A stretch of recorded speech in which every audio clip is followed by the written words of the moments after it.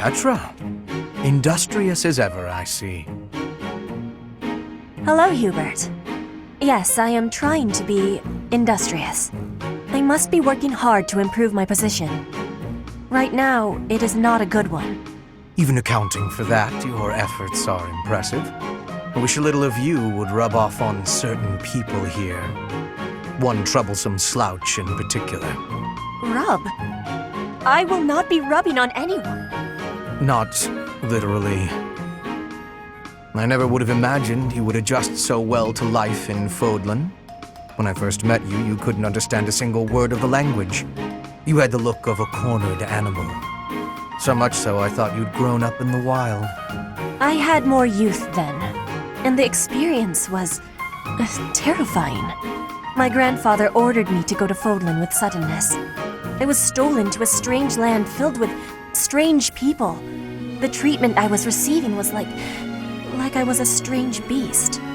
It is unfortunate, but while you were called our guest, you were actually a hostage. You were meant to be insurance that Brigid would not restore its alliance with Dadda and attack us. The Empire required leverage, and after all, you are the Princess of Brigid. It gave me sadness to leave my home, but I am not unhappy that I came to the Empire. I have learned much understanding from the outside world. My experience has made me become who I am, and meeting you and Lady Edelgard has had great value for me.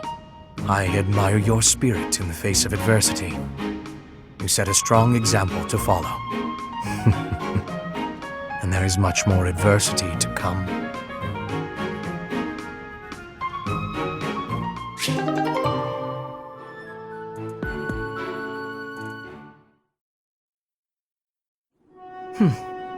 Looking out toward Brigid, are you?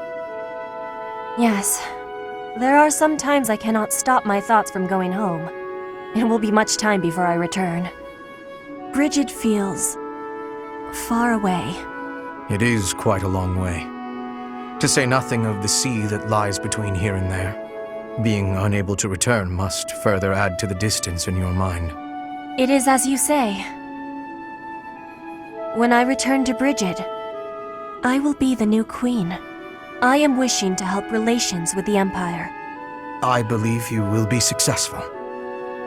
You may not be Lady Edelgard's equal, but you are resourceful enough to make an excellent queen. And unlike Lady Edelgard, you will not be forced to harden your heart.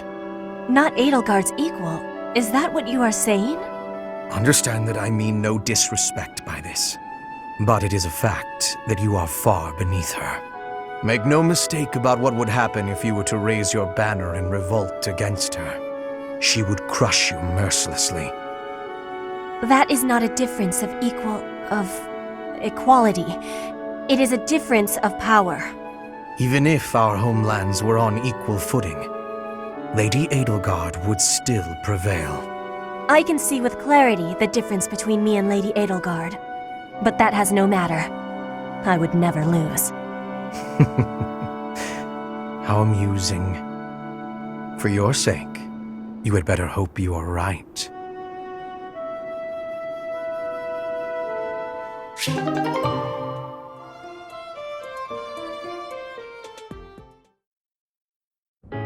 Hubert, I have a request to give you, if I may be doing that. Hello, Petra. How unusually formal. You are always comparing me against Edelgard. I have been observing you, and you are not often making comparisons like that. So why are you always comparing me? I do not enjoy being compared. An astute observation. I should point out that such a comparison only reflects well on you. I am perhaps doing so because you are both royalty. That is not making sense to me. In battle, you and I are the same. Neither of us has a higher rank than general. Edelgard is leading the entire army. But you and I are both leading a part of the army. That should be making us... what is it? Comrades in arms. Comrades in arms, you say? When you are looking at me, you are thinking of me compared to Edelgard. But I want you to be looking at me as only myself. Do you have understanding? I do not want you seeing me as foreign royalty, but as your comrade in arms, who is working with you at your side. Ah, I understand you now. It seems I've done you a great disservice, Petra. Your friendship is important to me. I am sorry that I failed to make that clear. By comparing you to Lady Edelgard, I have treated you merely as one chasing after her shadow. I have done so even while believing that the Empire and Bridget would never go to war again. Do you really think you can stop comparing? I am knowing well that Edelgard takes a big place inside your heart. I do not fully understand it. But when I look at you, I simply cannot help but think of Her Majesty. Your past, full of hardship, your unwavering determination, your uncommon excellence. As such, I cannot promise never to compare you. But I will try my best to do so less often. For now, that will be okay. But I will not be giving up on this. And I want you knowing that one day, when you are comparing, you will be finding I have won the comparison. What an amusing thing to say. Lady Edelgard's face would contort most bitterly were she to hear it. Be marking my words, Hubert. One day, between the two of us, you will be choosing me.